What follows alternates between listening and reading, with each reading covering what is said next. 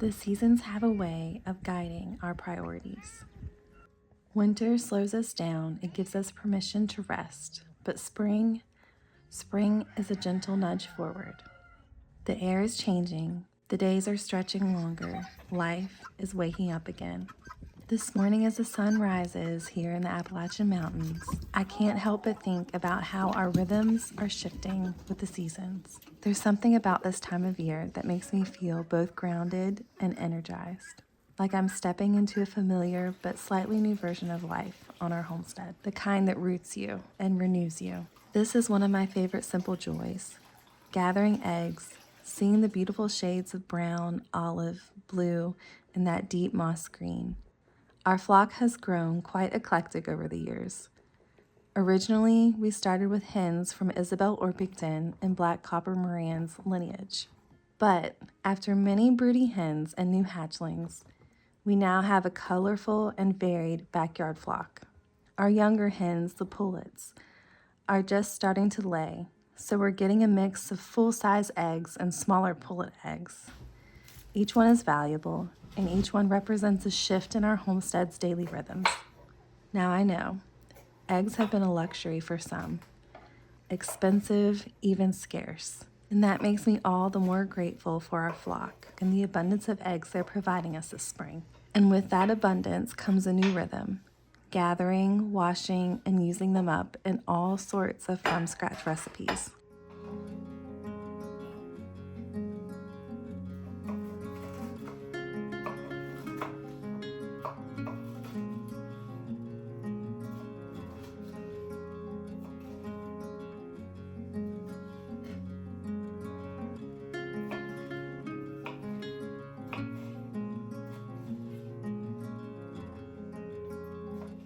This time of year is about balance, adjusting to the new tasks and responsibilities that come with the season.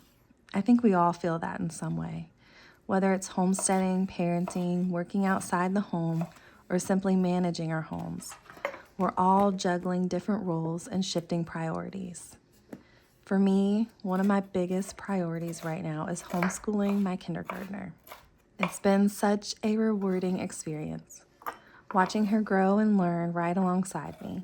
I wasn't homeschooled myself, so I didn't know if this was something I'd feel confident in. But every day I see the joy in her learning, and it reaffirms why we chose this path. Seeing her learn to read, knowing I helped guide her there, it's truly unmatched.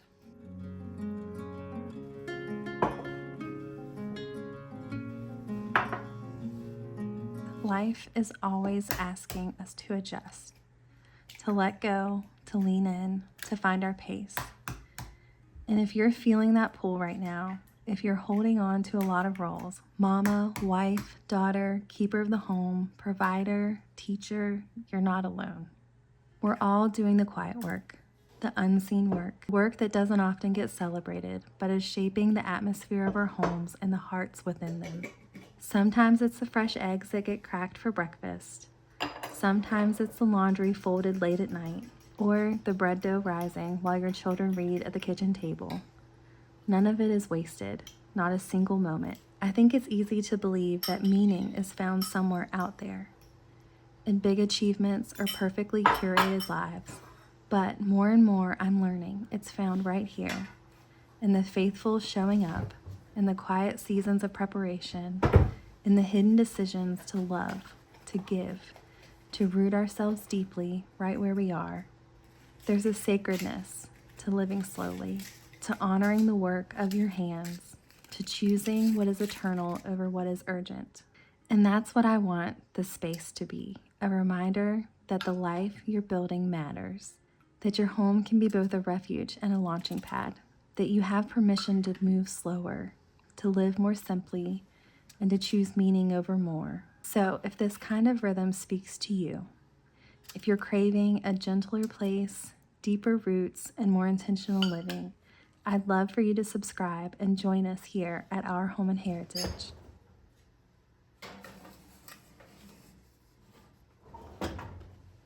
Speaking of priorities, I like to prioritize my health in many aspects, including swapping out unhealthy products for ones using natural ingredients. One easy switch I've made is using Wild natural deodorant. Around here, I love using natural, non-toxic products for our home, from the food we grow and prepare to the products we use on our skin. I like to keep things as simple and wholesome as possible. That's why I've been using Wild deodorant along with their other products for a while now, and I have to say that I absolutely love it. If you haven't heard of them, Wild is a natural refillable deodorant with no aluminum or parabens. Their refills come in compostable packaging, and the sleek, reusable case makes it both sustainable and travel friendly. Plus, it actually works.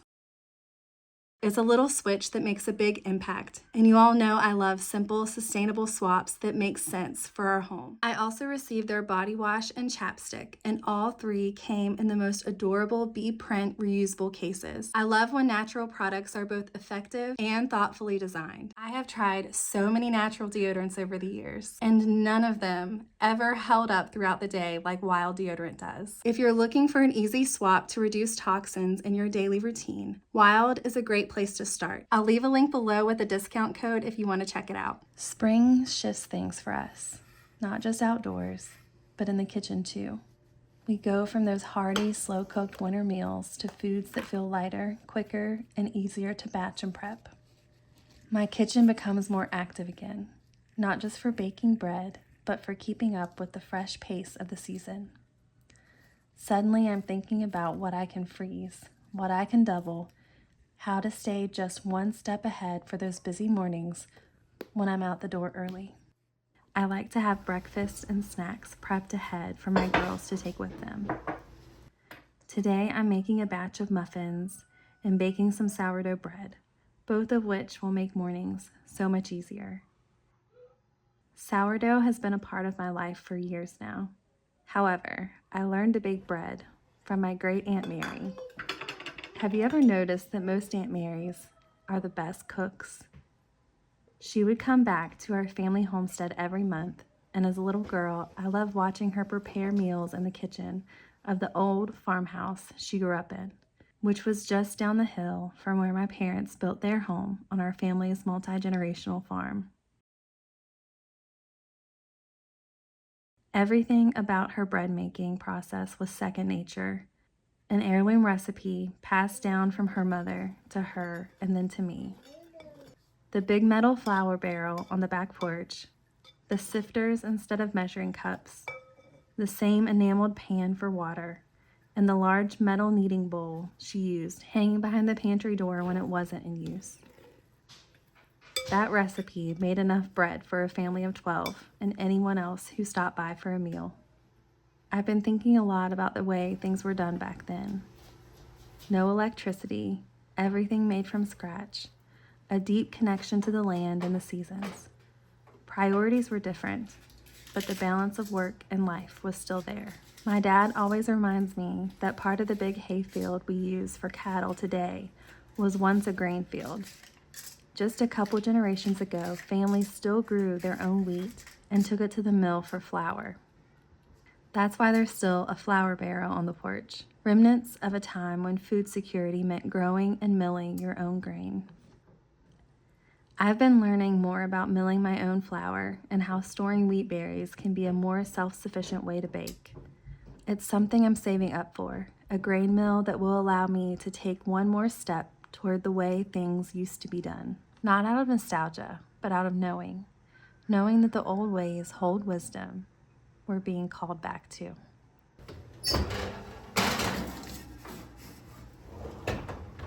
These little pockets of preparation help smooth out the edges of our busiest days.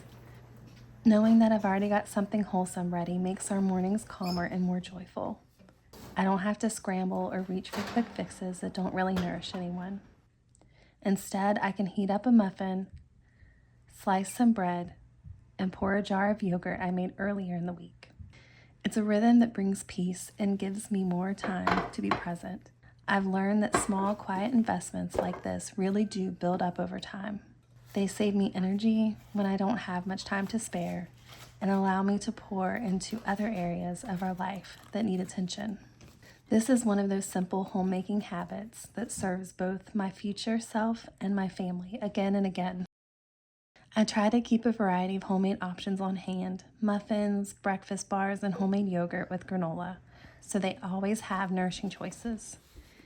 I pack their lunches with foods I know they love and try to incorporate seasonal ingredients whenever I can.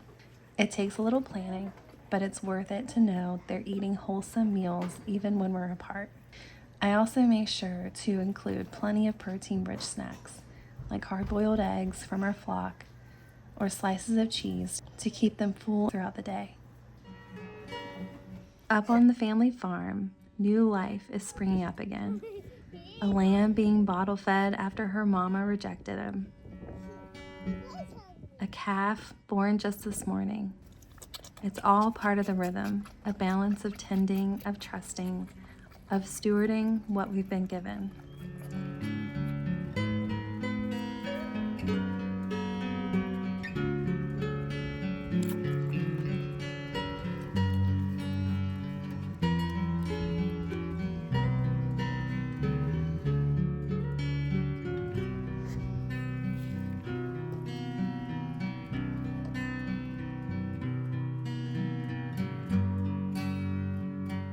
This kind of slow, meaningful work is an anchor. Whether it's tending to our homestead, caring for our families, or managing our work, we are all adjusting and finding what works for us in each season. Our priorities shift, our tasks evolve, but the balancing act remains.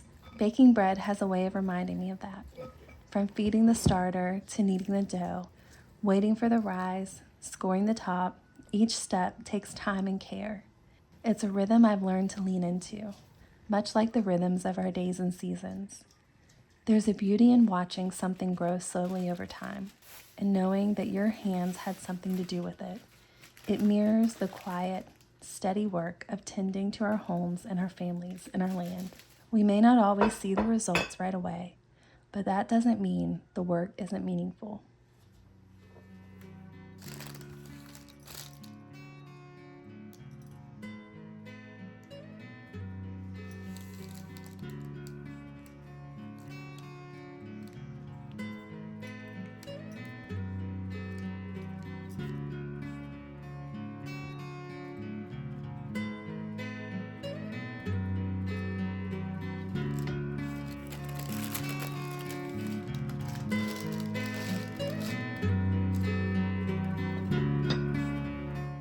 As I slide the loaves into the oven, I think about how spring invites us to return to our routines with fresh energy.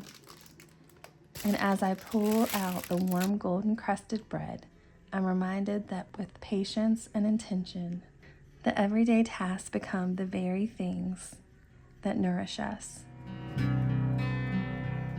Thanks for spending this time with me today. If you enjoyed this kind of content, be sure to subscribe and follow along as we navigate this season together. Until next time, friend.